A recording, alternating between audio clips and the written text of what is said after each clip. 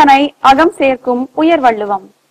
இந்த தொடர் வகுப்பு மூலம் கற்க கசடர அமைப்பின் முயற்சியில் கம்பவாரதி இலங்கை திரு ஜெயராஜ் அவர்களின் உரையை வழங்குவதில் பெரும் மகிழ்ச்சி அடைகிறோம்.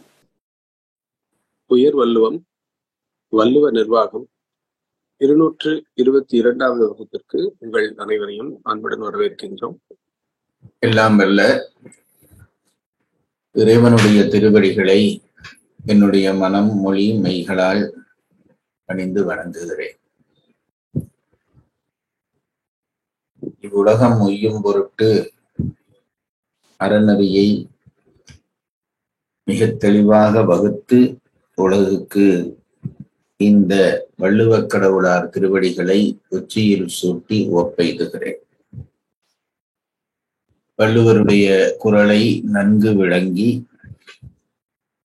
நமக்கு அதனுடைய நுட்பங்களை எல்லாம் எடுத்துக்காட்டி உரை செய்திருக்கக்கூடிய பரிமேலழக திருவடிகளை மனதிருத்தி போற்றுகின்றேன்.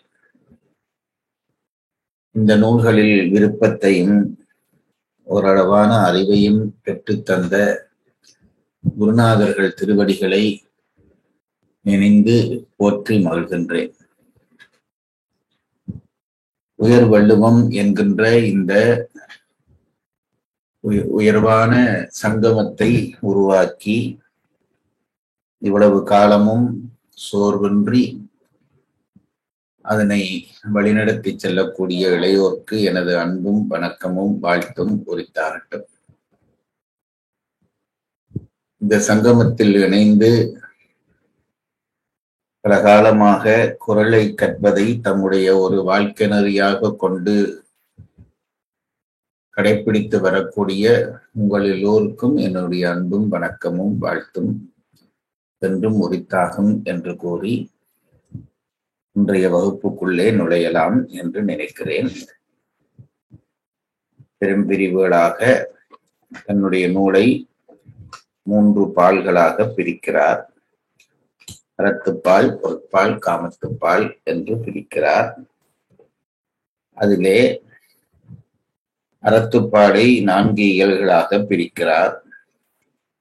பாயிரவியல், இல்லறவியல், துறவரவியல், ஊழியல் என்று அந்த 4 இயலும் பிரிக்கப்பட்டிருக்கிறது. அந்த 4 இயல் பிரிக்கப்பட்ட முறைமை பற்றி நாம் ஏற்கனவே பலதரம் சிந்தித்திருக்கிறோம். பாயிரம் என்பது முன்னுரை. நூலுக்கு முன்னுரையாக வரக்கூடிய 4 தலைப்புகளிலே 4 அதிகாரங்களை இயற்றி அதனையே பாயிரமாக செய்திருக்கும் திருவள்ளுவருடைய புதுமை கவனிக்கத்தக்கது. இறைவன், இறைவனால் படைக்கப்பட்ட இயற்கை, இயற்கையுள் இருக்கும் பொதிந்திருக்கும் அற ரகசியங்களை அறியக்கூடிய முற்றும் திறந்த முனிவர்கள், அவர்களால் சொல்லப்பட்ட அறத்தினுடைய வலிமை, இது 4மாக சேர்ந்து பாயிரவியலாயிற்று. இதிலே ஒன்றை நீங்கள் கவனித்துக் கொள்ள வேண்டும். இன்றைய அறிவுலகம் என்று சொல்லப்படுகிறவருடைய உலகம் இறைவனை ஏற்க மறுக்கிறது. ஆனால் இயற்கையை அங்கீகரிக்கிறது. இயற்கைக்குள்ளே அறரகசியங்கள் பொதிந்திருப்பது அவர்களுக்கு புரியவில்லை. இயற்கையை தம் கைவயப்படுத்தி எதுவும் செய்யலாம் என்று நினைக்கிறார்கள். அதனுடைய விளைவுகளை நாளாந்தம் நாம் சந்தித்துக் கொண்டு வருகிறோம். நம்முடைய ஆன்றோர்கள், தமிழ் ஆன்றோர்கள் இயற்கை கடவுளுடைய படைப்பு என்பதை முதலிலே விளங்கினார்கள். அதற்கு பிறகு அந்த இயற்கைக்குள்ளே நம்முடைய வாழ்க்கையில் கடைப்பிடிக்க வேண்டிய அற கூறுகள் பொதிந்திருப்பதை விளங்கினார்கள்.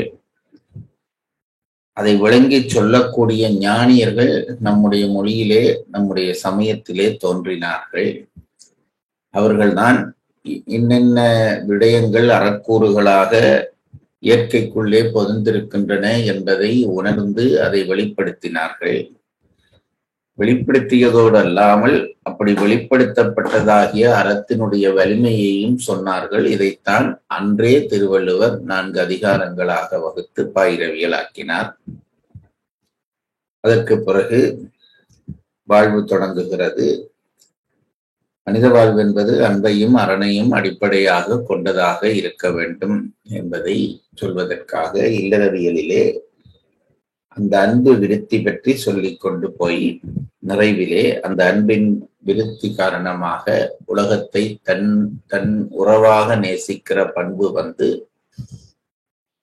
அந்த பண்பின் காரணமாக தனி மனிதர்களுக்கும் சமுதாயத்திற்கும் துணை புரிகிற பொழுது வருகிற புகழ் என்கின்றதோடு அந்த இல்லறம் முடிந்து போகிறது.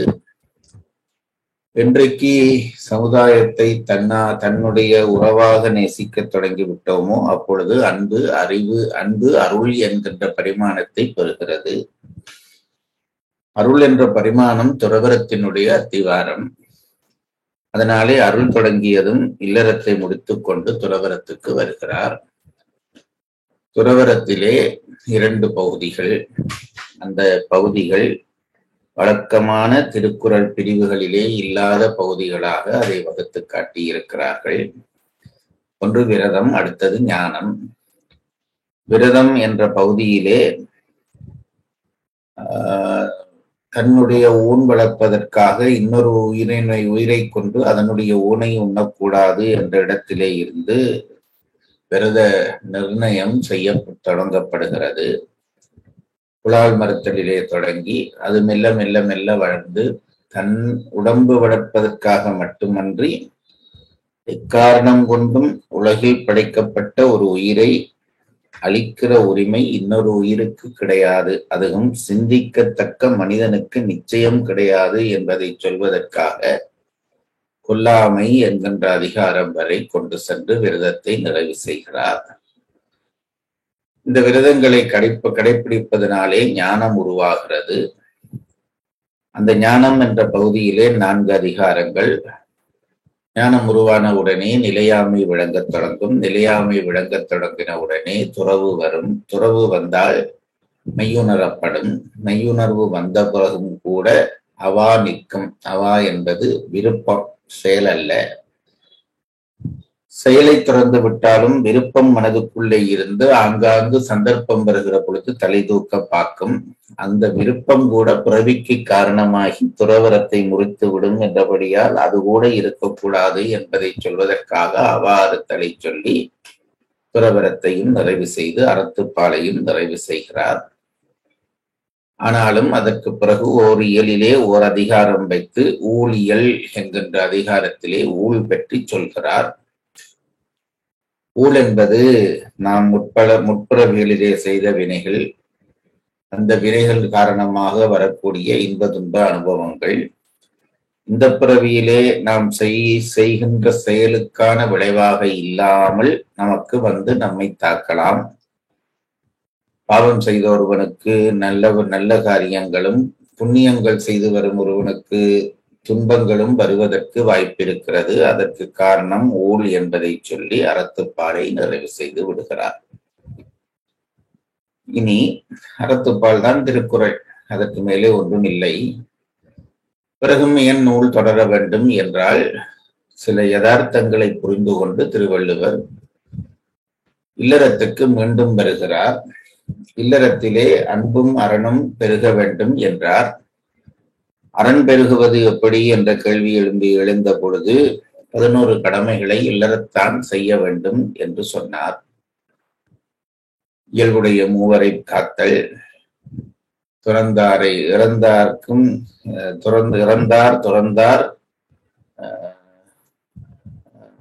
துறந்தார்க்கும் தூவாதார்க்கும் வாழ்வான் துணை என்று இன்னும் 3 சொன்னார்.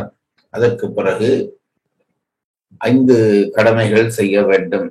தென்புலத்தார், தெய்வம், விருந்து, ஒக்கள், தான் என்கின்ற 5 கடமைகள் செய்ய வேண்டும். இந்த 11 கடமைகளையும் அறக்கடமையாக அன்போடு செய்ய வேண்டும் என்று சொன்னதை மீண்டும் நினைவூட்டி, இவற்றை செய்ய வேண்டுமானால் அன்பும் இருக்க வேண்டும், பொருளும் இருக்க வேண்டும். பொருளும் அன்பும் இல்லாவிட்டால் இந்த கடமைகளை ஒருவன் செய்ய முடியாது. ஆகவே இல்லறம் சிறக்க வேண்டுமானால் பொருள், அன்பு இவை 2ம் முக்கியம். அன்பு காமத்தால் விரிகின்ற ஒன்று. காமத்தொடர்பு அன்பை விரிவித்தால்தான் அது உண்மையான காமத்தொடர்பு. அல்லது அது நெறிகட்ட காம தொடர்பாக இருக்கும்.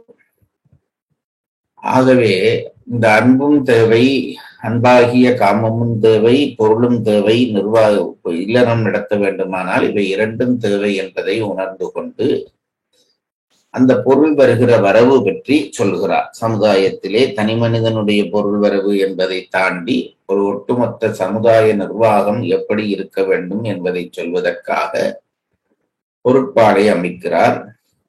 அதைத் தொடர்ந்து காமத்துப்பாலை அமைக்கிறார். இவை இரண்டும் இல்லறத்தினுடைய கூறுகளே அன்றி தனி விடயங்கள் அல்ல. ஆகவே பொருளும் காமமும் இல்லறத்தினுடைய விரிவாக உரைக்கப்படுகின்றன. உண்மையிலே ஊழியலோடு நூல் முடிந்து போய்விடுகிறது. அதிலே இல்லறத்தின் கூறுகளாக சிலவற்றை சொல்ல வேண்டி இருப்பதால் அடுத்த 2 பாட்களையும் அமைக்கிறார். அதிலே முதல் பாலாக பொருட்பால் அமைக்கப்படுகிறது. இம்மை மறுமை இன்பங்களை தரவல்லது என்றபடியால் அதற்கு அடுத்த இடம் இன்பத்தை மட்டும் தருவதால் அதற்கடுத்ததாக காமத்துப்பால் வைக்கப்பட்டது என்பதை நாம் கண்டோம்.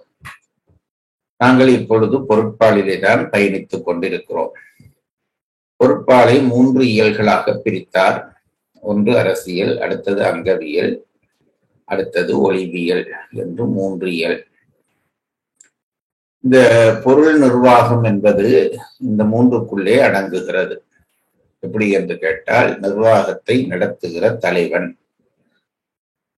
அவன் அங்கங்களை தனக்கு துணையாக கொண்டிருக்க வேண்டும். படை, குடி, கூழ், அமைச்சு, நட்பு, அரண் என்று சொல்லப்படுகிறதாகிய 6 அங்கங்களை தனக்கு நிர்வாக துணையாக வைத்திருக்க வேண்டும். அப்படி வைத்திருந்தால் அவன் அரசருள் வேறாக கருதப்படுவான் என்று சொன்னார். ஆகவே நிர்வாகத்தை நடத்துகிற தலைவன் என்னதான் அங்கங்கள் 6ம் சிறப்புற்று இருந்தாலும் தலைவன் இல்லாத பட்சத்திலே அந்த அங்கங்களை மற்றவர்கள் வீழ்த்தி விடுவார்கள். ஆகவே அங்கங்களை விட தலைவன் முக்கியமானவன் என்றபடியால் அந்த தலைவனை குறிக்கிறதாகிய அரசியல் என்கின்ற அந்த பகுதியை பொருட்பாலினுடைய முதலியலாக வைக்கிறார்.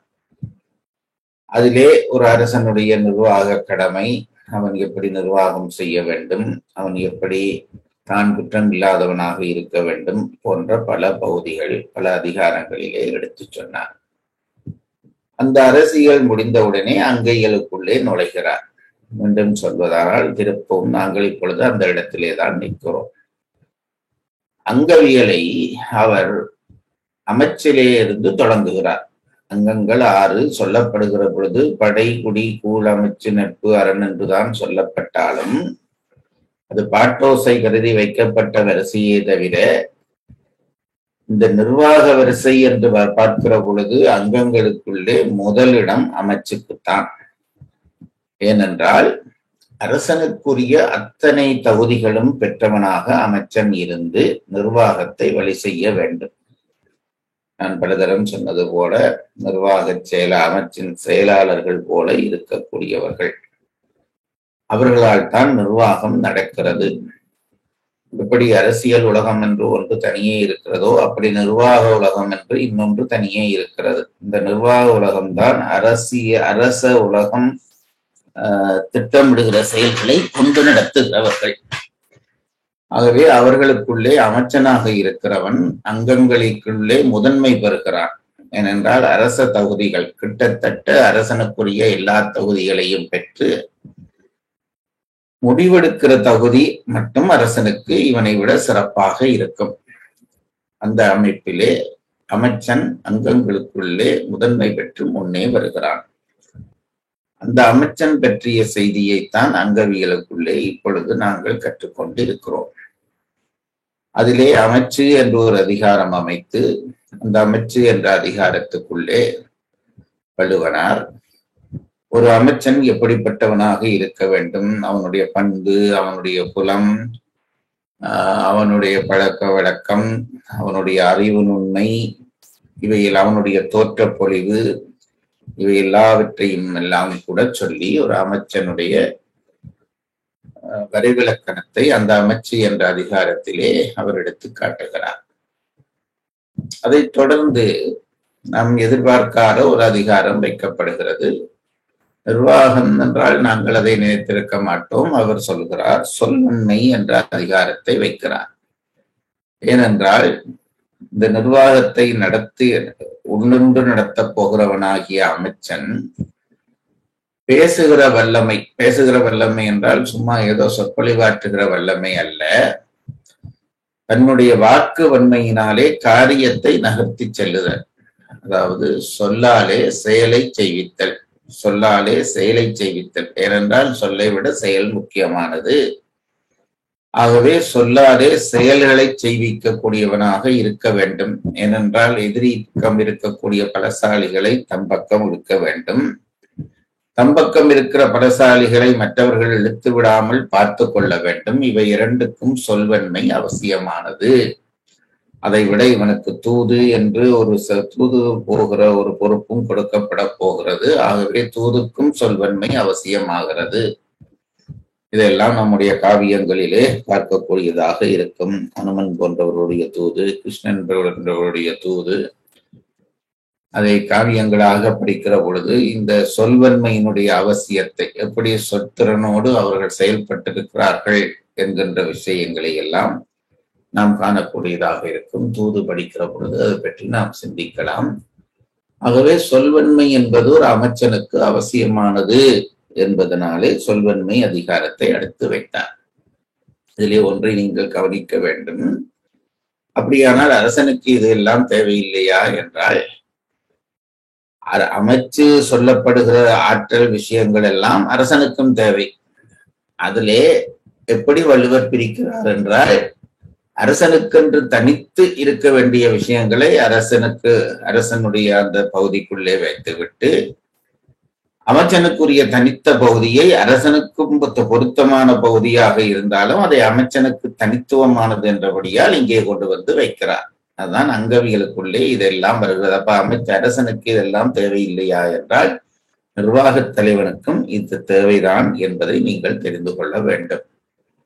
அந்த வகையிலே இரண்டாவது அதிகாரமாக அமைச்சு பற்றி சொல்கிற பொழுது அமைச்சு பற்றி சொல்லி அடுத்தது சொல்வன்மை என்கின்ற அதிகாரத்தை வைக்கிறார்.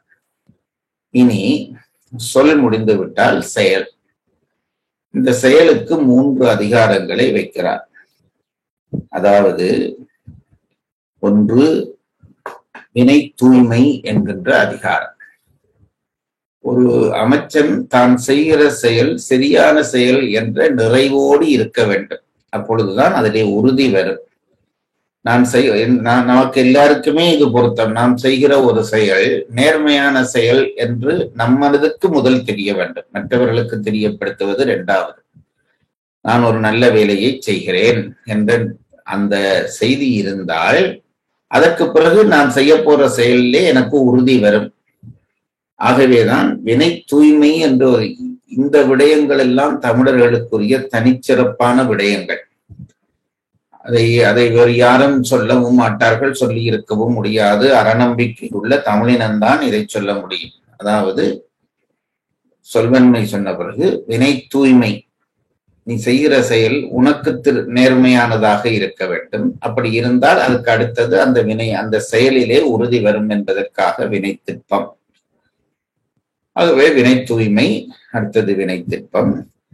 இப்பொழுது வினை செயல் வகை. நாங்கள் அடுத்ததாக இந்த 2 அதிகாரம் படித்து விட்டோம். வினை செயல் வகை எப்படி? இந்த வினையிலே ஒரு உறுதி வந்து விட்ட பிறகு, வினை தூய்மை, தான் செய்கிற வினை தூய்மையானது என்று தெரிந்து அதிலே உறுதி வந்து விட்ட பிறகு, அதற்கு பிறகு அந்த வினைகளை செய்யும் முறைமை சொல்லப்பட போகிறது. அந்த அதிகாரத்துக்குள்ளேதான் இன்றைக்கு நாங்கள் நுழைய போகிறோம். இறைவனையும் வள்ளுவரையும் பரிமேலழகரையும் பிரார்த்தித்துக் கொண்டு இந்த அதிகாரத்துக்குள்ளே நாம் பயணிக்க தொடங்குவோம். அதிகார எண் 68. அதிகார தலைப்பு வினை செயல் வகை. அதிகார பாயிரம்.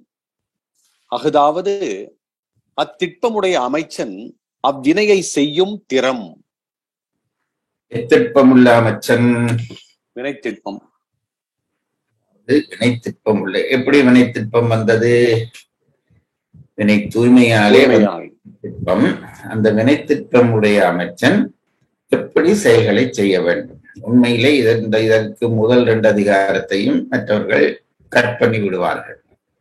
தமிழர்கள் தான் அதை பிடித்தார்கள். வினை தூய்மை, வினை திட்பம், அதற்கு பிறகு வினை செயல்வகை. இதிலே கூட நீங்கள் பாருங்கள், வினை செயல்வகை படித்து விட்டு தான் நாங்கள் வினை திட்பம் படிப்போம். நாங்கள் செய்திருந்தார் ஒருவன் எப்படி ஒரு வினையை செய்ய வேண்டும் என்று சொல்லி அந்த வினையிலே அவன் எப்படி உறுதியாக இருக்க வேண்டும் என்று நாங்கள் சொல்லியிருப்போம். வினையை செய்கிற உறுதி என்பது மனதிலே விளைகிற ஒன்று. இதையெல்லாம் நீங்கள் புரிந்து கொள்ள வேண்டும். வினையை செய்வது என்பது செயலிலே வருவது. எண்ணம் முதலா செயல் முதலா என்று கேட்டால் எண்ணம் தான் முதலாக வர வேண்டும். அது நோக்கித்தான் திருவள்ளுவர் வினை திட்பத்தை சொன்ன பிறகு வினை செயல் வகையை சொல்கிறார். வினை செயல் வகை சொல்லி உண்மையிலே நாங்கள் ஆண்டால் எந்த செய்கின்ற வினையிலே எப்படி உறுதி இருக்க வேண்டும் என்று சொல்லி இருப்போம். ஆழமாக சிந்திக்கிற பண்பு கொண்ட காரணத்தினாலே இந்த அதிகாரம் முன்னே செல்கிறது. அதாவது நினைவிலே தோன்றுவது உறுதி, உடலிலே தோன்றுவது செயல். ஆகவே செயலை விட அந்த உறுதி முன்வைக்கப்பட வேண்டும் என்று கருதி வினைத்திட்பம் வைத்த பிறகு வினை செயல் வகை வைக்கிறார். படிங்க. அதாவது அத்திட்பமுடைய அமைச்சன் அவ்வினையை செய்யும் திறம், அதிகார முறைமையும் இதனானே விளங்கும். 1300 அடி படிச்சிருங்க. வினை அதிகார எண் 68, அதிகார தலைப்பு வினை செயல் வகை, அதிகார பாயிரம் மறுவாசிப்பு. அஃதாவது அத்திட்பமுடைய அமைச்சன் அவ்வினையை செய்யும் திறம், அதிகார முறைமையும் இதனானே விளங்கும். குறள் எண் 671. சூழ்ச்சி முடிவு துணிவெய்தல், அத்துணிவு தாட்சியுள் தங்குதல் தீது. அதாவது சூழ்ச்சி என்பது ஆராய்தல், அதான் அர்த்தம். ஆராய்தல் என்பதுதான் சூழ்ச்சி. ஒரு அமைச்சன் ஒரு வினையை செய்வதற்கு முன்பு ஆராய வேண்டும். அது பற்றி நாங்கள் முன்னமே படித்தோம். எப்படி ஆராய வேண்டும்? அதாவது செய்யலாமா செய்யக்கூடாதா என்று ஆராய்ந்த பிறகுதான் வினையிலே அவன் கை வைக்க வேண்டும். இங்கே ஒரு கேள்வி என்றால், இனி வினை செயல் வகை என்றபடியால் கேள்வி எழுப்புகிறார். எதுவரை ஆராய வேண்டும்? ஆராய்வதற்கு முடிவு உண்டா? ஆராய்ந்து கொண்டே இருக்கலாம். ஆகவே எதுவரை ஆராய்வது? அப்படியானால் நிர்வாகம் நடத்த முடியாது. அப்படியே ஆராய்ந்து கொண்டே இருப்பது, நான் 10 வருஷமா ஆராய்ந்து கொண்டே இருக்கிறவன் ஆயுள் முழுக்க ஒரு இடத்துல உட்கார்ந்து இருக்க வேண்டியதுதான். எதுவரை ஆராய்வது என்றால் அதற்கு இந்த குறளிலே பதில் சொல்லுகிறார். சூழ்ச்சியினுடைய முடிவு எப்படி இருக்க வேண்டும் என்றால், இனி இந்த விலை எனக்கு வெற்றியாக வரும் என்கின்ற அந்த நிலை வரும் வரைக்கும் அந்த சூழ்ச்சி இருக்க வேண்டும். அந்த ஆராய்ச்சியிலே எனக்கு ஒரு முடிவு தெரிகிறது. சரி, இனி நான் இந்த வேலையை தொடங்கினால் எனக்கு வெற்றியாக வரும் என்றால் அந்த அளவிலே உன்னுடைய ஆராய்ச்சியை நீ நிறுத்திக் கொள்ளலாம். அதைத்தான் இந்த குறள் சொல்லுகிறது. படியுங்கள். சூழ்ச்சி முடிவு துணிவெய்தல், அத்துணிவு தாட்சியுள் தங்குதல் தீது. துணிவெய்தல் என்று சொல்லிவிட்டு என்னமோ தீது என்கிறார். அது என்ன தீது என்று கேள்வி எழுப்பினால், நீ இந்த காரியம் வெற்றி பெறும் என்று தெரியும் வரைக்கும் ஆராய்ச்சி பண்ணலாம், அதிலே ஒரு தப்பில்லை. இப்பொழுது அந்த காரியம் வெற்றி பெறும் என்று ஆராய்ந்து முடிவு கட்டி விட்டாயா, அதற்கு பிறகு ஒரு நிமிடமும் நீடிக்கப்படாது என்கிறார். சில பேர் ஆராய்ச்சி பண்ணவே 6 வருஷம் எடுப்பார்கள். பிறகு அதை செயல்படுத்துறதுக்கு இன்னும் ஒரு 6 வருஷம். அது எல்லாமே காலமாக மாறி போய்விடும். ஆகவே நீ முதல் இந்த காரியம் வெற்றி பெறும் என்று தெரியும் வரைக்கும் ஆராய்ச்சி பண்ணு, தப்பில்லை. ஆராய்ச்சி பண்ணி வெற்றி பெறும் என்று தெரிந்த பிறகு ஒரு நிமிடம் கூட தாமதிக்க கூடாது. உடனடியாக அந்த காரியத்தை தொடங்கி செயல்படுத்த வேண்டும். அப்படி தாமதித்தானால் அது தீது என்கிறார். ஒரு வினையை செய்வதற்கான வினை செயல் வகையிலே முதல் அட்வைஸே இதுவாக அமைகிறது. வெற்றி பெறும் வரை ஆராய்ச்சி செய்து வெற்றி பெறும் என்று தெரிந்தால் அதற்கு பிறகு ஒரு நிமிடத்தை கூட வீணாக்காமல் அதை செயல்படுத்து என்கிறார். சூழ்ச்சி முடிவு துணிவு எய்தல். விசாரத்திற்கு எல்லையாவது விசாரிக்கின்றான் இனி இது தப்பாது என்னும் துணிவினை பெறுதல். எனக்கு இந்த இடம் படிக்கிற பொழுது என்ன முறைகளை சொல்லுகிறேன். ஒவ்வொரு இனத்தாருக்கும் ஒரு மொழி பிரயோகம் இருக்கிறது. பிராமணர்கள் பேசுகிற பொழுது சில மொழி பிரயோகம் இருக்கிறது. ஸ்ரீராம் படிக்கிற பொழுதே நான் அதை உணர்வேன். அது அவர்களுடைய அந்த அந்த அந்த பாஷை வரும். அதுபோல கோயம்புத்தூர்காரருக்கு ஒரு பாஷை வெளியிலே வரும். அது என்ன, அதுல நான் ஒரு தப்பும் இல்லை. அது அவரவர் அந்த குடும்ப பயிற்சியிலே அந்த பாஷை வருவது தவிர்க்க முடியாமல் இருக்கும். பாருங்கள், பரிமேலழகரும் பிராமணர், அவருக்கும் அந்த அந்த தமிழ் வருகிறது. விசாரத்திற்கு என்று தொடங்குகிறார். சூழ்ச்சி என்றார் திருவள்ளுவர். அதற்கு இவர் இயல்பாக அவருடைய மனதிலே அவருடைய பயிற்சியிலே இருந்து சொல்ல, விசாரம் என்றால் ஆராய்தல். எங்களுக்கு சூழ்ச்சி ஓரளவு விளங்குற மாதிரி இருக்கிறது. விசாரம் என்பதற்கு விசாரத்தை எங்கன்னா ஆன்ம விசாரம் என்று நாங்கள் படிக்கிறோம் அல்லவா. என்னுடைய ஆன்மாவை பற்றி நான் ஆராய்வது, அதான் ஆன்ம விசாரம் என்று சொல்லுகிற முறை. அந்த சொற்பிரயோகத்தை கொண்டு வருகிறார். விசாரத்துக்கு படியுங்கள்.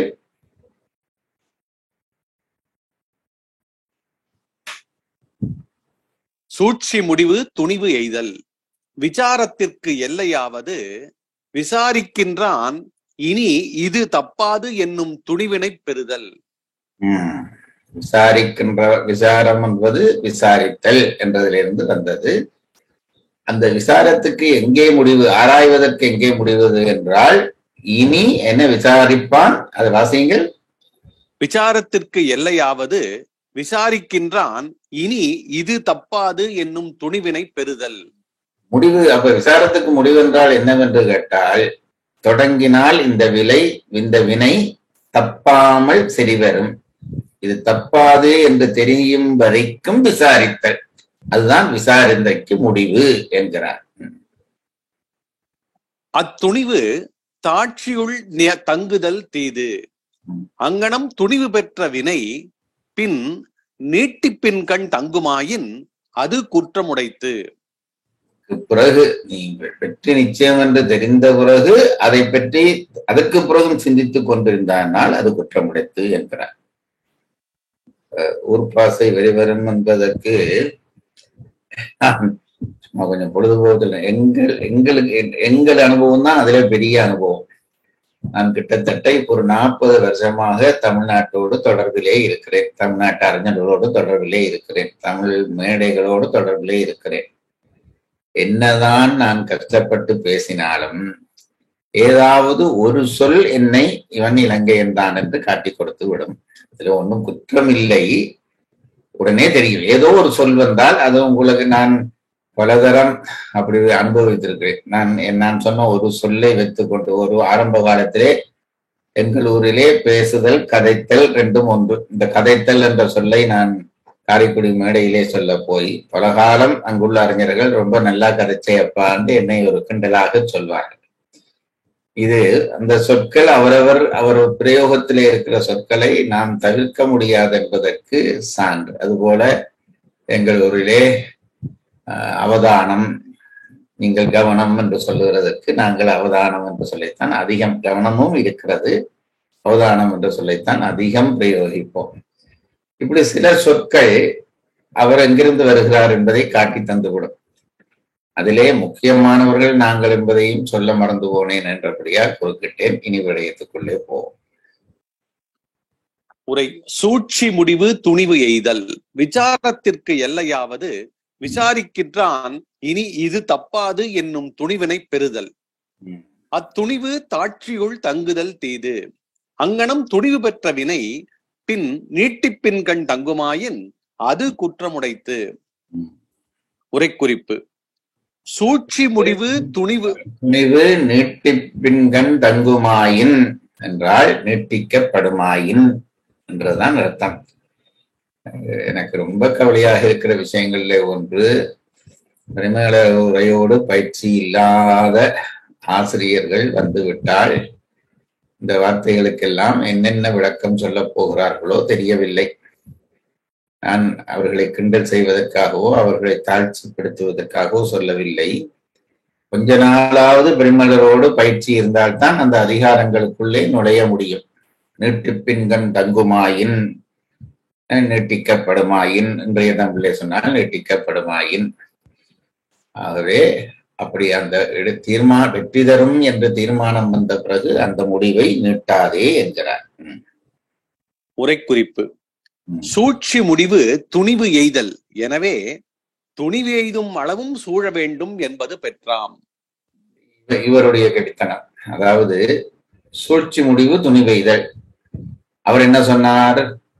சூழ்ச்சி எங்கே வரையும் போகலாம் என்றால் துணிவெய்தும் வரைக்கும் போகலாம் என்றார். இவர் அதை மாறி போடுகிறார். துணிவையும் மட்டும் சூழ்ச்சி செய் என்று அதிலே சொல்லப்பட்டிருக்கிறது என்கிறார். அவர் சொன்னார் சூழ்ச்சி துணிவெய்தப்படும் வரைக்கும் நீட்டிக்கப்படலாம் என்றார். சூழ்ச்சியினுடைய முடிவு துணிவெய்தும் வரையுமாக இருக்க வேண்டும் என்றார். இவர் அதை மாறி போட்டு சொல்கிறார். அதில் இருந்து என்ன தெரிகிறது என்றால், சூழ்ச்சி வெற்றி தரும் என்று தெரியும் வரைக்கும் துணிவெய்தல் ஆராய்தலை நிறுத்தாதே என்றும் அதுக்குள்ளே செய்தி இருக்கிறது என்பதை எடுத்து காட்டுகிறார். சூழ்ச்சி முடிவு துணிவு எய்தல். எனவே துணிவு எய்தும் அளவும் சூழ வேண்டும் என்பது பெற்றாம். பின்னர் துணிவு ஆகுபெயர். பின்னர் துணிவு ஆகுபெயர் என்றால் இந்த குறளிலே 2 இடத்திலே துணிவு வருகிறது. சூழ்ச்சி முடிவு துணிவெய்தல் அத்துணிவு என்று வருகிறது அல்லவா? 2 இடத்திலே துணிவு. பின்னர் துணிவு என்றால் இந்த 2வது துணிவு துணிவு என்ற அர்த்தத்திலே வராமல் துணிந்து செயல் என்ற அர்த்தத்திலே வருகிறது. அந்த இடத்திலே உரை வாசியுங்கள். அத்துணிவு என்றதுக்கு என்ன உரை எழுதுகிறார்? அங்கனம் துணிவு பெற்ற வினை. பாருங்கள், துணிவு பெற்ற வினை. அங்கே துணிவை சொல்லவில்லை, துணிவு பெற்ற வினையை சொல்லி இருக்கிறது. ஆகவே துணிவென்ற வார்த்தை துணிவு பெற்ற வினையை சொல்கிற காரணத்தினாலே அது ஆகுபெயர். பின்னர் துணிவு ஆகுபெயர். நீட்டிப்பு செய்யுங்காலத்து செய்யாமை. நீட்டிப்பு என்றால் நீட்டிக்காதே என்றால் அது என்ன? நீட்டிக்காதே என்று சொன்னதென்றால் செய்ய வேண்டிய காலத்திலே செய்யாமல் விட்டு விடுதல், அதுதான் நீட்டிப்பு என்கிறார். தள்ளி போடுதல் என்பது செய்ய வேண்டிய காலத்திலே செய்து விட வேண்டும். செய்து விட வேண்டிய காலத்திலே செய்யாமல் இருப்பதற்குத்தான் நீட்டிப்பு என்று பெயர். நீட்டிப்பு செய்யுங்காலத்து செய்யாமை.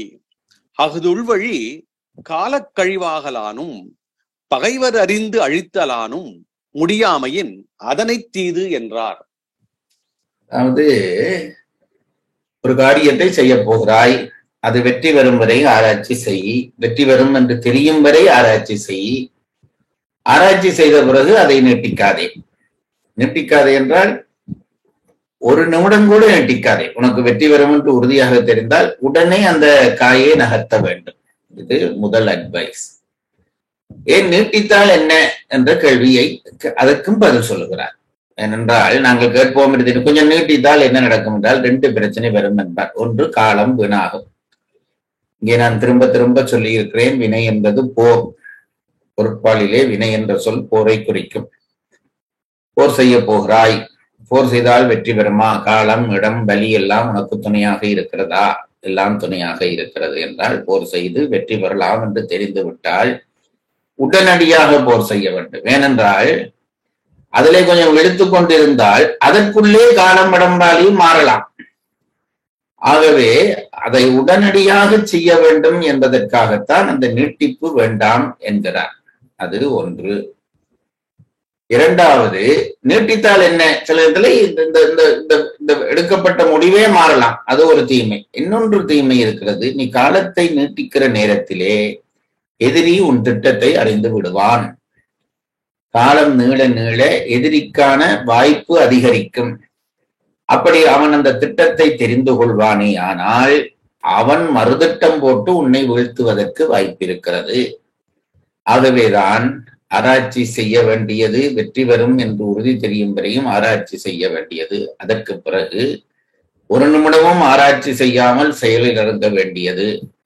ஏன் செயலில் இறங்க வேண்டும் என்றால் ஒன்று வீணாக காலம் போகும். ஒரு போர் செய்து நீ வெற்றி வரப் போகிறாய் என்றால் அது உறுதியாக தெரியும் என்றால் அந்த வெற்றி வந்தவுடனே அந்த போரினாலே உனக்கு பொருள் வரத் தொடங்கும். இங்கே நான் திரும்ப திரும்ப சொல்லுகிறேன், போர் என்பது தனியே சண்டை அல்ல. நிர்வாகத்துக்குள்ளே நடக்கின்ற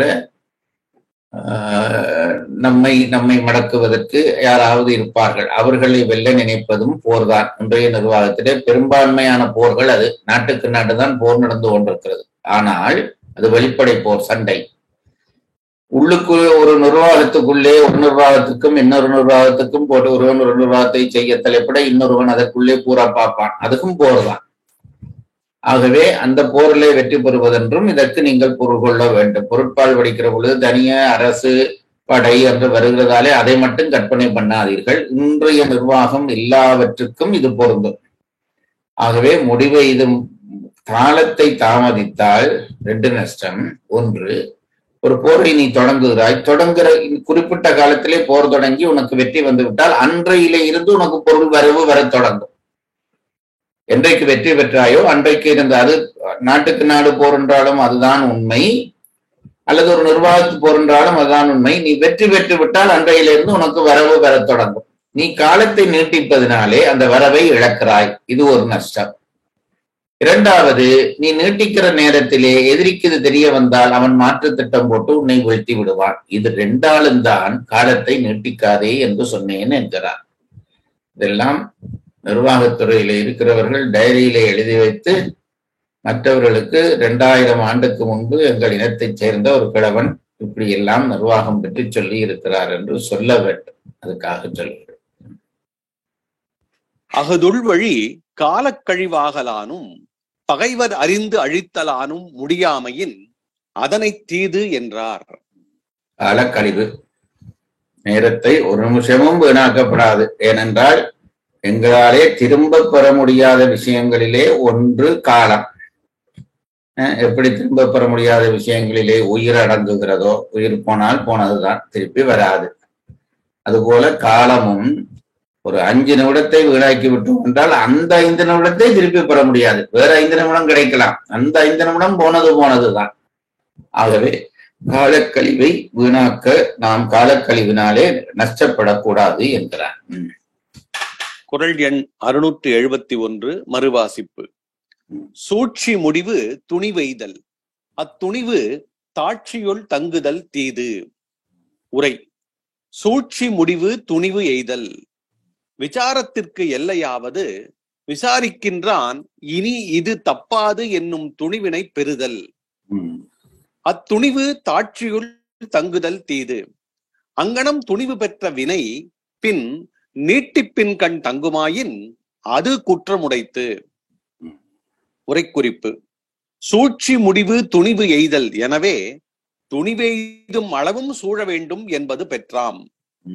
பின்னர் துணிவு ஆகு பெயர். நீட்டிப்பு ரொம்ப சிக்கனத்தில் சிக்கனம், அப்படிப்பட்ட சிக்கனம் மொழி சிக்கனத்திலே. பின்னர் துணிவு என்ற ஒரு சொல்லு சேர்த்திருக்கலாம். 2 துணிவில் பின்னால் வருகிற துணிவு என்ற சொல் நாங்கள் எழுதினார். அது ஆகு பெயராக துணிவால் வரும் வினை என்று இருக்கும்.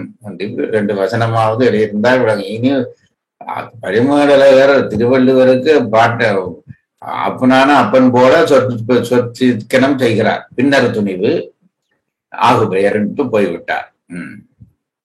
நீட்டிப்பு செய்யுங்காலத்து செய்யாமை.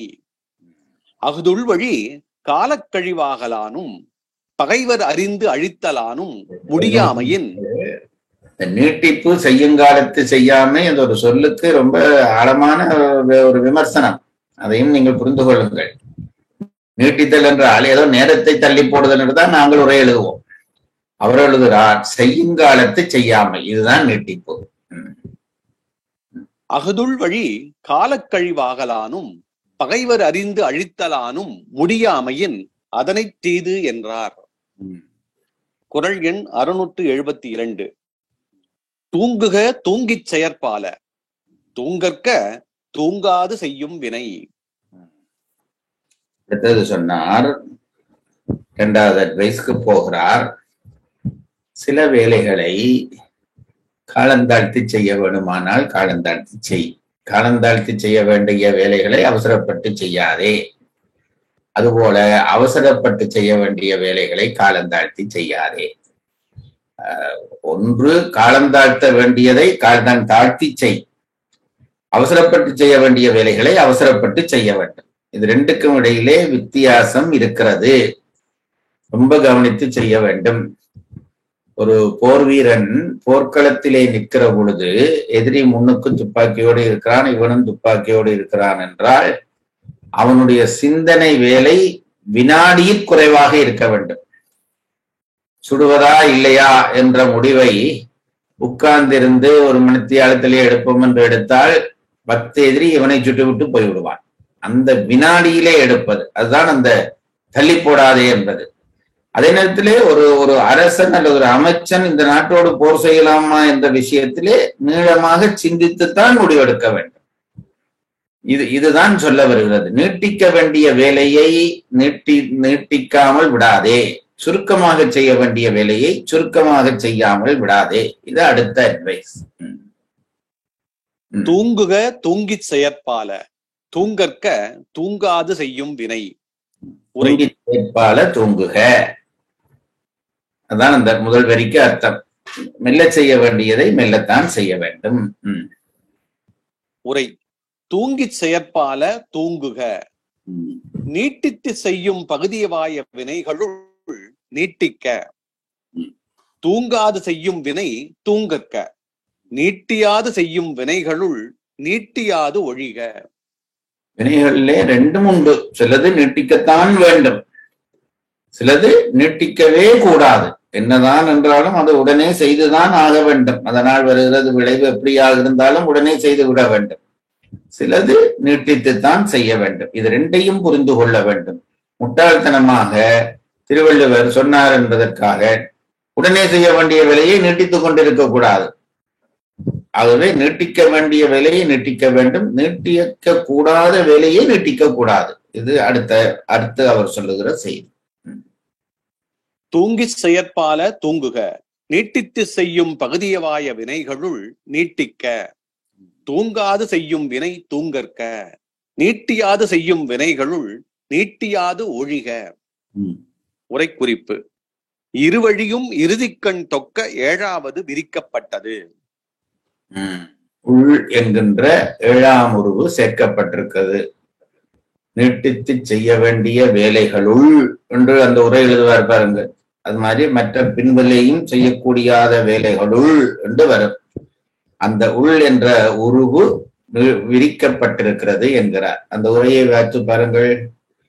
நீட்டித்து செய்யும் பகுதியவாய வினைகளுள் நீட்டிக்க, நீட்டியாது செய்யும் வினைகளுள் நீட்டியாது ஒழிக. இந்த உள் அங்கே இல்லை, அதை விரித்து சொல்லி இருக்கிறேன் என்கிறார். 7ஆம் வேற்றுமை உருவு விரிக்கப்பட்டது. இருவழியும் இறுதிக்கண் தொக்க 7வது விரிக்கப்பட்டது. அது என்ன இறுதிக்கண் தொக்க என்றால், அந்த உள் என்பது கடைசியிலே வந்திருக்க வேண்டும், அது இறுதியிலே வந்திருக்க வேண்டும். அது தொக்கி நிற்கிறது, அது தொக்கி நிற்கிறதை நான் விரித்திருக்கிறேன் என்கிறார். இருவகை வினைகளும் வலியானும் காலத்தானும் அறியப்படும். அதாவது எதை நீட்டித்து செய்வது, எதை நீட்டிக்காமல் செய்வது. அதாவது நன்றாக கவனிங்கள். எப்படி படிப்படியாக அந்த விளக்கத்தை நீட்டித்து செய்ய வேண்டிய வினைகளை நீட்டித்து செய்க, நீட்டிக்க கூடாத வினைகளை நீட்டிக்காமல் செய்க. இதுதான் செய்தி. திரு பரிமளர் கேட்கிறார், நீட்டிக்கிற வேலை எதை எப்படி முடிவு செய்வது, நீட்டிக்காமல் இருக்கிற வேலையை எப்படி முடிவு செய்வது, எதை வைத்து முடிவு செய்வது என்று கேட்டால் அதற்கு அவர் சொல்லுகிறார், காலத்தானும் வலியானும் முடிவு செய்க என்கிறார். அதாவது காலம் நமக்கு பொருத்தமாக இருக்கிறது, வலிமை எனக்கு கூடவாக இருக்கிறது என்றால் உடனே அதை செய்துவிடு. காலம் பொருத்தமாக இல்லை, வலிமை எனக்கு பொருத்தமாக இப்பொழுது எனக்கு அதிகம் இல்லை என்று கேட்டால் அதை கொஞ்சம் நீட்டித்து செய். ஆகவே இதை இரண்டையும் வைத்துத்தான் எந்த வினையை நீட்டிப்பது, எந்த வினையை நீட்டிக்க கூடாது என்று முடிவு செய்ய என்கிறார் பரிமளகர். அதை விளக்கம் பண்ணுகிறார். படியுங்கள் அதை. இருவகை வினைகளும் வலியானும் காலத்தானும் அறியப்படும். பேசப்பட வேண்டும். அதாவது நீட்டித்து செய்தும் வினை, நீட்டிக்காமல் செய்யும் வினைகள் எப்படி செய்வது என்று சொல்லாமல் இருவகை வினைகளும் விட்டார். இருவகை வினயம் என்றால் முன்னே சொல்லியாயிற்று, நீட்டித்து செய்யும் வினை, நீட்டிக்காமல் செய்யும் வினை. ஆகவே இந்த ரெண்டு வகை வினையையும் எப்படி முடிவு செய்வதென்றால், காலத்தாலும் பலியாலும் முடிவு செய். கொஞ்ச காலம் பரிமளரோடு உறவாடி கொண்டு வந்தால் இப்படி பேச ஆரம்பித்து விடுவோம். மாரிச்செயின் அவை வாயா என்பது கருத்து. அவை வாயா என்றால் வாய்க்காது. நீட்டித்து செய்ய வேண்டிய வேலையை நீட்டிக்காமல் செய்தும், நீட்டிக்காமல் செய்ய வேண்டிய வேலையை நீட்டித்தும் செய்தால் அந்த காரியம் வெற்றியாகாது. மாரிச்செயின் அவை வாயா என்பது கருத்து. மேல் தூங்காமை என்றார் குறள் 383. ஈண்டு அதனை பகுத்து கூறினார். முன்னே தூங்காமை கல்வி துணிவுடைமை என்று ஒரு குறள் இருக்கிறது. இந்த தூங்காமை என்பதிலே சோர்வில்லாமை என்று நாங்கள் சொன்னோமே, அந்த தூங்காமையை விரித்து சொல்கிறார். தூங்க வேண்டிய இடத்திலே தூங்கு, தூங்காத இடத்திலே தூங்கக்கூடாது என்பதை விரித்து சொல்கிறார். அதனுடைய பயனையும் சொல்லுகிறார். அங்கே சொன்னதை இங்கே விரித்து சொல்லுகிறார் என்று நினைவூட்டுகிறார் பரிமளகர். மேல் தூங்காமை என்றார் குறள் எண் 383. ஈண்டு அதனை பகுத்து கூறினார். இவை 2 பாட்டானும் பொது வகையால் வினை செய்யும் திறம் கூறப்பட்டது. வினையை பொது வகையால் செய்வதற்கான திறம் சொல்லி இருக்கிறார். ஒன்று, முதல் குறள் என்ன? சூழ்ச்சி முடிவு துணி வைதல். அதாவது துணி வைதும் வரைக்கும் சூழ்ச்சி செய், அதற்கு பிறகு அது காலம் தாமதிக்காதே. மற்றது இங்கே சொல்லுகிறார், வெற்றி நிச்சயம் என்கும் வரைக்கும் உன்னுடைய ஆராய்ச்சி போகலாம், நிச்சயம் என்ற பிறகு ஆராய்ச்சி நீட்டக்கூடாது. இது ரெண்டும் பொது வகையாக சொல்லப்பட்ட விடயம் என்கிறார். குறள் எண் 672 மறுவாசிப்பு. தூங்குக தூங்கிச் செயற்பால, தூங்கற்க தூங்காது செய்யும் வினை. உரை: தூங்கிச் செயற்பால தூங்குக, நீட்டித்து செய்யும் பகுதியவாய வினைகளுள் நீட்டிக்க. தூங்காது செய்யும் வினை தூங்கற்க, நீட்டியாது செய்யும் வினைகளுள் நீட்டியாது ஒழிக. உரை குறிப்பு: இருவழியும் இறுதிக்கண் தொக்க 7வது விரிக்கப்பட்டது. இருவகை வினைகளும் வலியானும் காலத்தானும் அறியப்படும். மாரிச்செயின் அவை வாயா என்பது கருத்து. மேல் தூங்காமை என்றார் குறள் எண் 383. ஈண்டு அதனை பகுத்து கூறினார். இவை 2 பாட்டானும் பொது வகையால் வினை செய்யும் திறம் கூறப்பட்டது. அவை வாயா என்றால், இப்ப இந்த வாயா என்று சொல்லுகிற அந்த ஒருத்தனை கூப்பிடுவதாகவும் பொருள் சொல்லி விடுவார்கள். வாயா என்பால் அவை வாய்க்காது. நீ வாயா என்று பொருள் சொல்லி குறள் விளக்கம் வந்தாலும் வரலாம். அதை காப்பாற்ற போகிறவர்கள் நீங்கள் தான். குறள் எண் 673. ஒல்லும் வாயெல்லாம் வினை நன்றே, ஒல்லாக்கால் செல்லும் வாய் நோக்கி செயல். இது அடுத்தது. முதல் 2ம் பொது வகையான செயலுக்கு சொல்லிவிட்டார். இங்கே சொல்கிறார், சாமபேத தான தண்டம் என்று 4 வகை இருக்கிறது என்று நாங்கள் முன்னே படித்திருக்கிறோம். ஒரு காரியத்தை வெற்றியாக்குவதற்கு சாமபேத தான தண்டம், சமாதானமாக செய்வது, மிரட்டி செய்வது, பொருள் கொடுத்து செய்வது, அடித்து செய்வது என்று 4 வகை. இதிலே சொல்லுகிறார், இது திருவள்ளுவர் தான் சொன்னாரா என்று உங்களுக்கு எல்லாருக்கும் ஐயமும் கவலையும் தோன்றும். பொருள் பற்றி சொல்வதானால் அதை பற்றி தான் சொல்ல வேண்டும். அதிலே அறம் இருக்கிறதா இல்லையா என்ற கேள்விக்கு இருக்கிறது என்பது பதில். என்னவென்றால், தன்னை சார்ந்தவர்களை காப்பாற்ற எப்பொழுது சமூகம் பிரிவுபட்டு விட்டதோ, பிரிவுபடுகிற பொழுது ஒவ்வொரு சமூகமும் தன்னை காப்பாற்றிக் கொண்டே ஆக வேண்டும். பிரிவுபடாமல் இருந்தால் எல்லாரும் சந்தோஷமாக வாழலாம். அதை பற்றிதான் இப்பொழுது எல்லாரும் பேசுகிறார்கள்.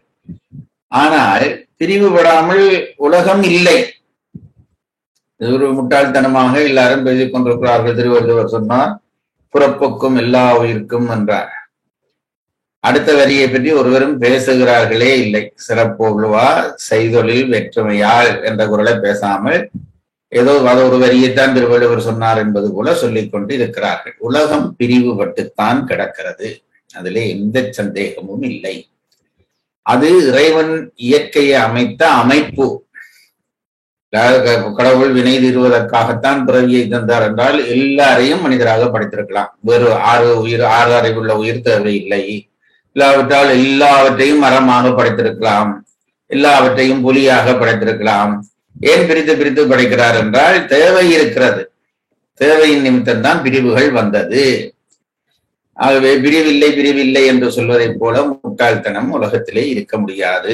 இந்த பிரிவில்லை எல்லாம் உலகத்திலே ஒன்று என்று சொல்லுகிற பெரிய மனிதர்கள் எல்லாம் சந்தைக்கு போனால், கடைக்கு போனால் 3 வகையான மாம்பழங்கள் இருக்கின்றன. ஒன்று சேலம் மாம்பழம், எனக்கு உங்க ஊர் மாம்பழ பேரிடம் தெரியாது, விலையான மாம்பழம், அது 50 ரூபாய். இன்னொரு மாம்பழம் 25 ரூபாய், இன்னொரு மாம்பழம் 10 ரூபாய், புளி மாம்பழம். ஆறாவது இந்த பெரிய மனிதர்கள் போய் இந்த 10 ரூபாய் மாம்பழங்களுக்குள்ளே பேதம் இருக்கலாமா, நாங்கள் அப்படி வாங்க பார்க்க மாட்டோம், எங்களுக்கு எல்லா மாம்பழமும் ஒன்றுதான் பிறப்புக்கும் என்று சொல்லிவிட்டு புளி மாம்பழத்தை எந்த முட்டாளாவது வாங்குவானா? அவன் நல்ல மாம்பழத்தை விலை கூட கொடுத்தென்றாலும் வாங்கத்தான் பார்ப்பான். இது இயற்கை, இதை நாம் மறுப்பதற்கு இல்லை. ஏன் அந்த நல்ல மாம்பழத்துக்கு விலை அதிகம் என்றால் அது இனிமை என்கின்ற பண்பாலே உயர்ந்து நிற்கிறது, அதனாலே அதற்கு விலை அதிகம். அதுபோலத்தான் மனிதரிலும் பண்பு கூடியவர்களுக்கான மதிப்பு கூடுவது தவிர்க்க முடியாது. செய்தொழில் வேற்றுமை என்பது அதுதான். இதை தயவு செய்து புரிந்து கொள்ளுங்கள். இதை ஏன் சொல்ல தொடங்கினேன்? என்ன குரல் படிக்கிறோம் இப்போ? குரலை வாசியுங்கள். ஒல்லும் வாயெல்லாம் வினை நன்றே. திருவள்ளுவர் அறம் மீறி சிந்திப்பாரா? அப்போ சமூகம் பிரிந்து கிடக்கிறது. சமூகம் பிரிந்து கிடக்கிற பொழுது ஒவ்வொரு சமூகமும் தன்னை காப்பாற்றிக் கொள்ள வேண்டும். அதற்கு அது அறம், அதிலே தப்ப வழி இல்லை. 2 வகை, இப்ப புலியும் இருக்கிறது முயலும் இருக்கிறது என்றால் முயலும் தன்னை காப்பாற்றிக் கொள்ள வேண்டும், புலியும் தன்னை காப்பாற்றிக் கொள்ள வேண்டும். புலி முயலை தின்னத்தான் பார்க்கும், அதற்காக முயல் போய் அதற்கு பலியாக முடியாது. முயலும் முடிந்த அளவு ஏதாவது கட்டித்தனம் பண்ணி, கிணற்றுக்குள்ளே உன்னை போல ஒரு சிங்கம் தெரிகிறது வா என்று கூட்டி கொண்டு போய் விழுத்துவது இருக்கிறதே, அந்த கதை படித்திருக்க உங்களுக்கு தெரியும். சின்ன வயதிலே எல்லாரும் தான் படித்திருப்பீர்கள். ஒவ்வொரு நாளை சிங்கம் காட்டு விலங்குகள் எல்லாம் கண்டபடி திண்டதாம். உடனே எல்லாருமாக சேர்ந்து, எல்லா விலங்குமாக சேர்ந்து ஒரு நாள் சிங்கத்தோடு பேச்சுவார்த்தை நடத்தி, நீ இப்படி தின்னாதே, எங்களுக்கு அழிவு அநியாயமாக நிகழ்கிறது, நாங்கள் ஒவ்வொரு நாளைக்கு ஒவ்வொரு விலங்கை உனக்கு அனுப்புவோம், நீ அதை சாப்பிட்டு மற்றதை கொல்லக்கூடாது, நாங்களாவது அப்படி நிம்மதியா மற்றவர்களாவது இருக்கலாம், இன்றைக்கு நேரம் தான் போவார் என்றால் மிச்சம் இது இல்லாவிட்டால் ஒருவரும் நிம்மதியாக இருக்க வழி இல்லாம இருக்கிறது என்று விலங்குகள் எல்லாம் போய் பேச, சிங்கமும் பார்த்தது வேட்டையாட வேண்டிய தேவையில்லை. அப்ப நல்லது, நீங்கள் ஒவ்வொரு நாளைக்கும் ஒவ்வொருத்தரை அனுப்புங்கள் என்றால் ஒவ்வொருத்தர் போய்கொண்டிருந்தார்கள். அதிலே ஒரு முயலுடைய டேர்ன் வந்தது. இது கொஞ்சம் புத்திசாலித்தனமான முயல். அந்த முயல் என்ன செய்தது? உங்களுக்கு தெரிஞ்ச கதையை நான் சும்மா இழுத்து சொல்லுகிறேன். அந்த முயல் என்ன செய்தது? வேண்டுமென்றே அன்றைக்கு சாப்பாட்டு டைம், அது ஒரு டைம் வச்சிருந்த, அந்த டைமுக்கு போக இழுத்தடிச்சு கிடைச்சு போனது. சிங்கத்துக்கோ பசியான பசி.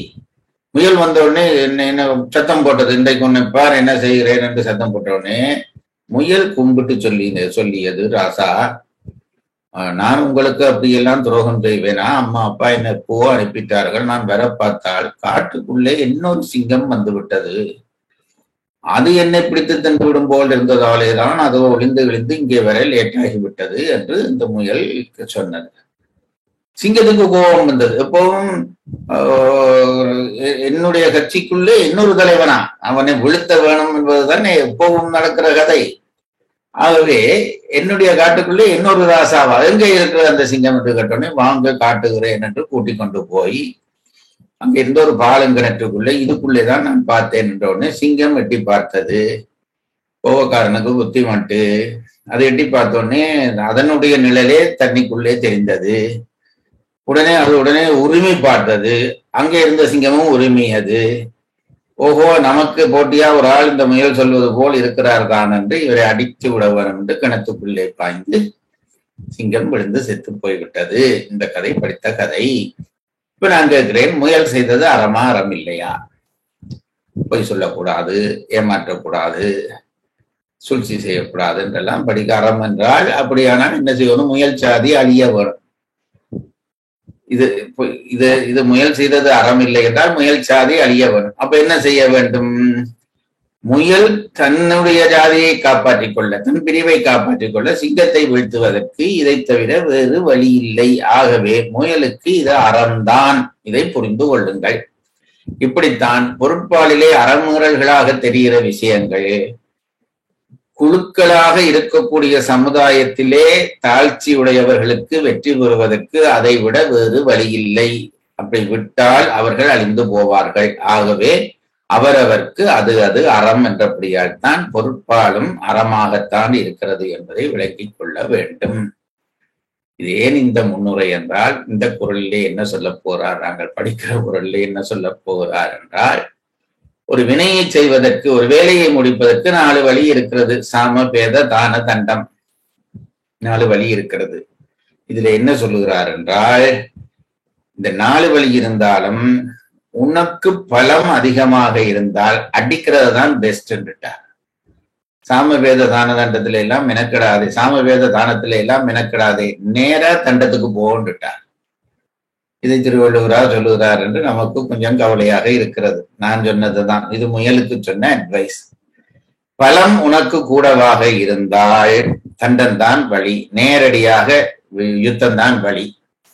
பலம் குறைவாக இருந்தால் இந்த 3 வழியை வச்சு கொஞ்சம் மெனக்கெடுத்து சாம வழியில போகலாம், வேதம் செய்யலாம், சாமவேத தானம் செய்யலாம். 3லே பலம் குறைஞ்ச இடத்துலதான் இந்த 3. பலம் கூடினால் இதைத்தான் செய்ய வேண்டும். அதைத்தான் இந்த குறள் சொல்லுகிறது. இதுக்கு பரிமாறு சொல்ல போற உரை இன்னும் நமக்கு பயமாக இருக்க போகிறது. படியுங்கள். குறள் எண் 673. ஒல்லும் வாயெல்லாம் வினை நன்றே, ஒல்லாக்கால் செல்லும் வாய் நோக்கி செயல். இந்த மனுஷன் இந்த தர்மத்தை அறத்தையும் சொல்லுகிறார். இப்படி பாட்டும் இந்த ஓச மாறாம சொல்லி இருக்கிறார் என்ற பொழுது இதை எப்படி வியக்காமல் இருக்க முடியும்? அதை என்ன சொல்லுகிறார் என்றால், ஒல்லும்பாய் எல்லாம் வினை நன்றே, உன்னாலே அடிக்க வாய்ப்பு இருந்தா அடிச்சிருட்டார். இந்த சாமவேதம் தானம் எல்லாம் வச்சு கொண்டு மினக்கிடாதே, அடிக்கிறதுக்கு வாய்ப்பு இருந்தால் அடி. அப்படி வாய்ப்பில்லை என்று கருந்தால் அது போல சொல்றார், இந்த மற்ற 3லே எதுக்களால வெல்ல முடியுமோ அதனால வெல்லுங்கிறார். மற்ற 3 இருக்கிறதுல சாமவேத தானம் அடிக்கிறதுக்கு சான்ஸ் இருந்தா அடிக்கிறத தவிர நல்ல வழி இல்லை. அப்படி இல்லை என்றால் இந்த 3 வழியிலே எது உகந்ததோ அதை வைத்துக் கொண்டு பார் என்கிறார். இது நான் இவ்வளவு நேரம் பேசினது மேல்கதை எல்லாம் சொன்னது இதுக்காகத்தான். படியுங்கள். உரை. ஒல்லும் வாய் எல்லாம் வினை நன்று, வினை செய்யும் கால் இயலும் இடத்து எல்லாம் போரால் செய்தல் நன்று,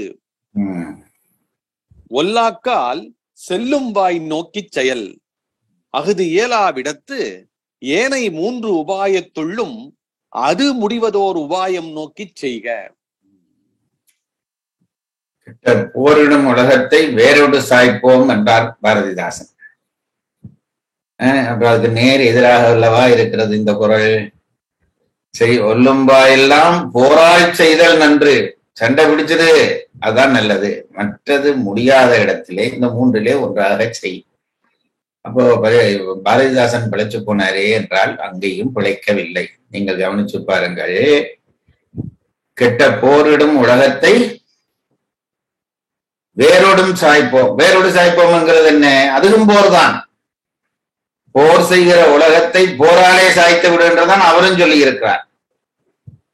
நான் சொல்றது உங்களுக்கு புரிகிறதா? கெட்ட போரிடும் உலகத்தை வேரோடு சாய்ப்போம் என்பதற்கு என்ன என்றால் அது அடியோட அழிகின்றதான் அர்த்தம். அப்ப அதுவும் ஒரு வகை போர்தான்.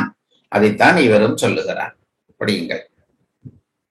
ஒல்லும் வாயெல்லாம் வினை நன்று, வினை செய்யுங்கால் இயலுமிடத்தெல்லாம் போரால் செய்தல் நன்று, ஒல்லாக்கால் செல்லும் வாய் நோக்கி செயல், அஃது இயலாவிடத்து ஏனை 3 உபாயத்துள்ளும் அது முடிவதோர் உபாயம் நோக்கி செய்க.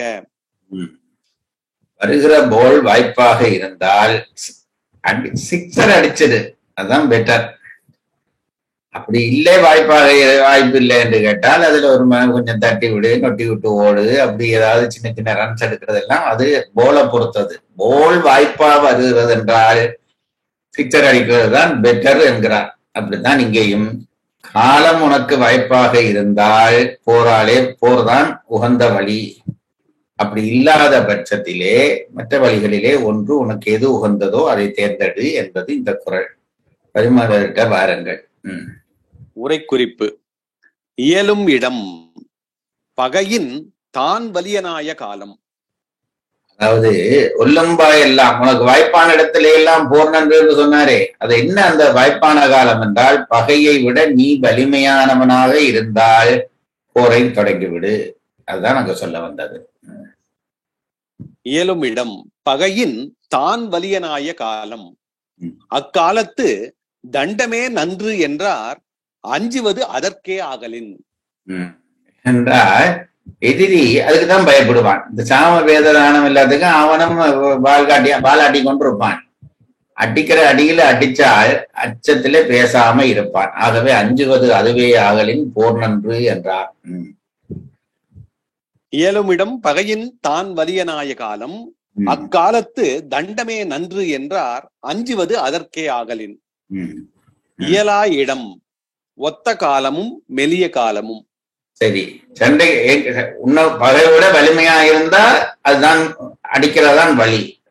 அப்படி இல்லை, அது அப்படி பொருந்தாத காலம் தான் என்ன என்றால், ஒன்று பகையும் நீயும் சம பலத்தோட இருந்தால் அதை பற்றி யோசிக்க வேண்டும். அதை விட பலத்துல குறைஞ்சிருந்தாலும் அதை பற்றி யோசிக்க வேண்டும். அப்ப இந்த சாமதான பேதம் எல்லாம் இந்த ரெண்டு இடத்திலேயும் தான். பகையும் நீயும் சமமாக இருந்தால் இதுல எதை வச்சு வெல்லலாம் யோசி, இந்த மூண்டே யோசி. அல்லது நீ தாழ்வாக இருந்தால் அது தானம் முதலியவை செய்து எப்படியாவது அவனை சமாளிக்க பார். ஆனால் நீ எதிரியை விட பலசாலியா இருந்தா அடிக்கிறது தான் பெட்டர். இயலா இடம் ஒத்த காலமும் மெலிய காலமும். அவ்விரண்டு காலத்தும் சாம பேத தானங்களுள் அது முடியும் உபாயத்தால் செய்க என்றார். அதாவது நீ பலவீனமாக இருக்கிறாய் அல்லது சமமாக இருக்கிறாய் என்ற பொழுது இந்த மூன்றுல ஏதாவது ஒன்றால நீ அந்த வினையை முடிக்கப்பார். அவை ஒன்றற்கொன்று வேறுபாடுடைய வேணும் உடம்படுத்த பயத்தால் தம்முள் ஒக்கும் ஆகலின். இது இந்த மனுஷன் கட்டித்தனம். அதாவது சாமம் பண்றது சமாதானம் பண்றது, பேதம் பண்றது மிரட்டுறது, தானம் பண்றது கொடுக்கிறது. இது உங்களுக்கு தெரியும். மூன்றும் ஒன்றா, மூன்றும் வேறு வேறு. அப்போ நீ எதிரியை விட பலகீனமானவனாக அல்லது சமமானவனாக இருக்கிற பொழுது இந்த மூன்றிலே ஒன்றாலே செய்ய என்றால், அப்படி நீ சொல்லி இருக்கப்படாதே. மூன்றும் வேற வேற விஷயத்திலே எப்படி ஒன்றாக இருக்க முடியும் என்று கேள்வி வரும்.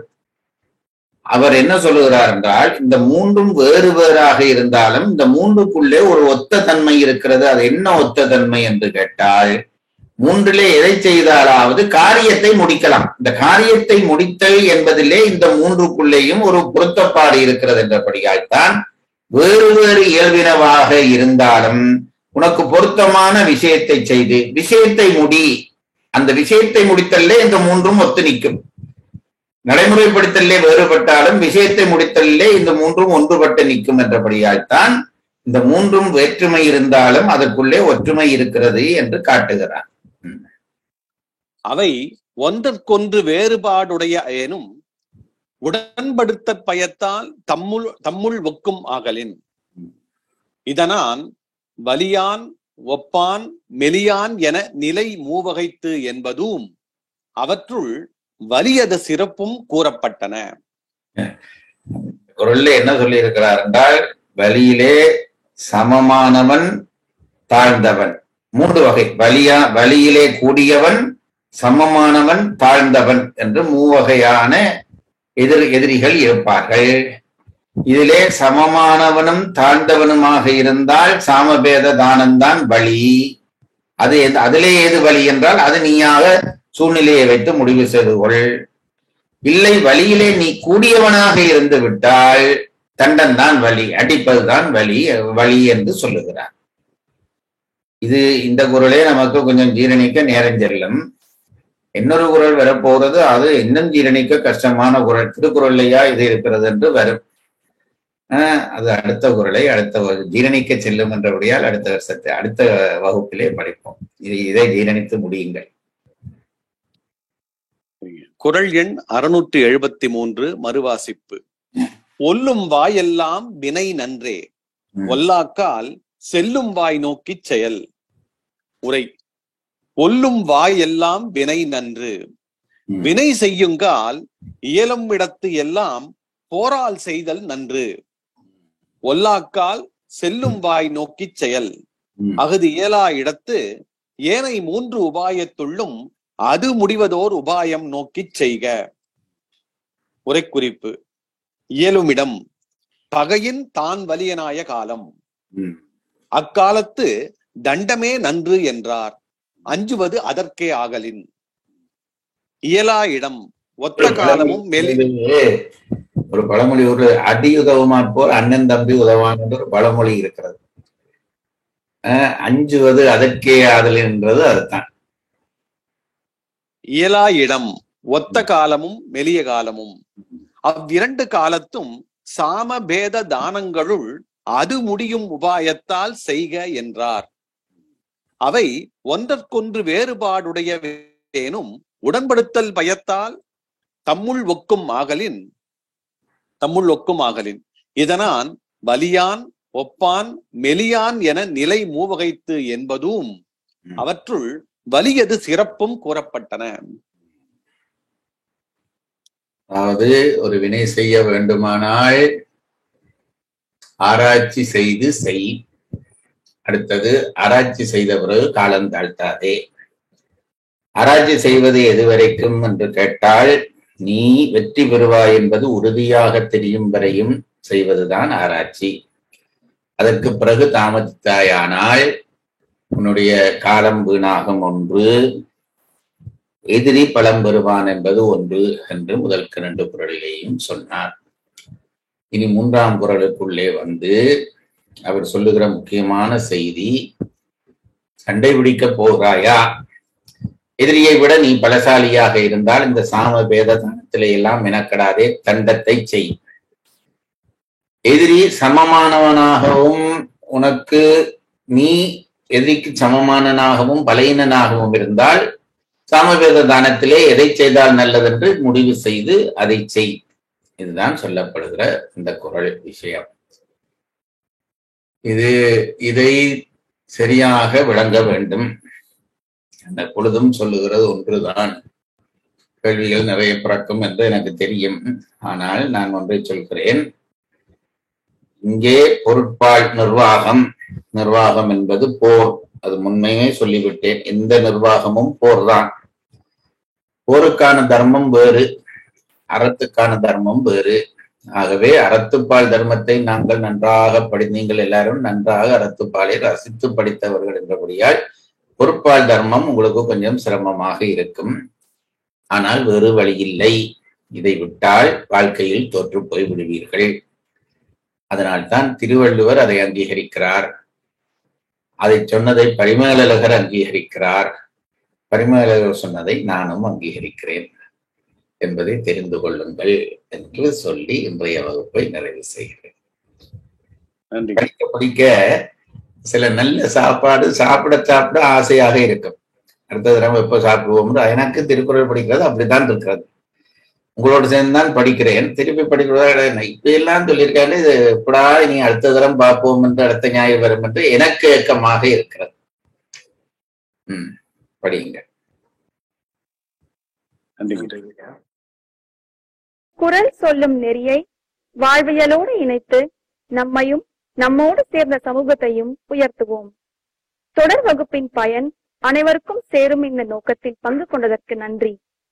உயர் வள்ளுவத்தின் மற்ற குறள் விளக்கங்களை கேட்க www.karka.in வலைதளம் மற்றும் யூடியூபில் உயர் வள்ளுவம் என்ற முகவரியின் ஊடாகவும் கேட்கலாம். நன்றி, வணக்கம்.